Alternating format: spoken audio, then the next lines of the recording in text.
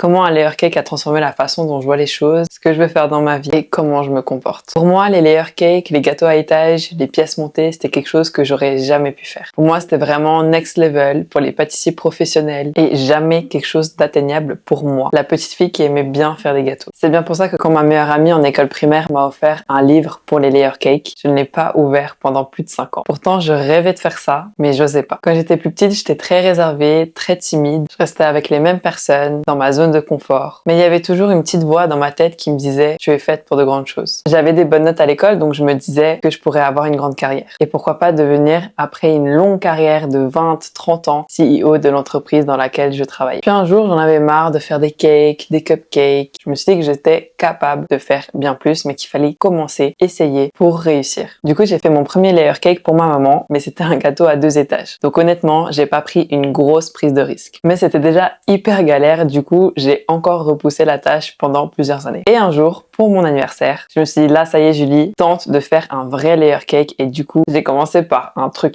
hyper dur, un layer cake arc-en-ciel. Il était pas très beau. Et comme j'aime pas perdre, comme j'aime pas échouer, l'année d'après, je me suis remise le challenge. Et ça a rendu beaucoup mieux. De là, la passion est venue. J'en ai fait de plus en plus, à chaque anniversaire, à chaque événement. Jusqu'au point où on me dit, mais Julie, pourquoi tu les vends pas? Et ça m'était jamais vraiment venu à l'esprit. Dans ma tête, c'était vraiment juste une passion, un hobby. J'ai pas de diplôme. Qui suis-je pour vendre des gâteaux? En plus, je viens à peine de comprendre comment faire la compta au lycée. J'ai que 17 ans, qui va me prendre au sérieux? J'ai aucune idée comment fixer mes prix. Et puis comment je vais me faire connaître? Mais ce qui s'est passé entre-temps m'a permis de me débloquer. Je me suis mise à créer du contenu autour de mes recettes, autour de mes gâteaux. Pas dans l'optique de vendre, juste de partager. Et de là, je fais 10 000 vues, 30 000 vues, 50 000 vues, 100 000 vues, 1 million de vues et plus de 30 000 abonnés. Ça m'a pas seulement montré que, ok, il y a de l'intérêt pour ce que je fais, mais ça m'a aussi permis de prendre confiance en moi. Parce que petit à petit, je me montrais un petit peu plus dans mon contenu. Et avec les retours que je recevais, je comprenais que j'avais de la valeur. Et c'est un petit peu triste parce que tu ne dois pas attendre que les gens te donnent et te montrent que tu as de la valeur. Tu dois toi-même comprendre et te prouver que tu es légitime.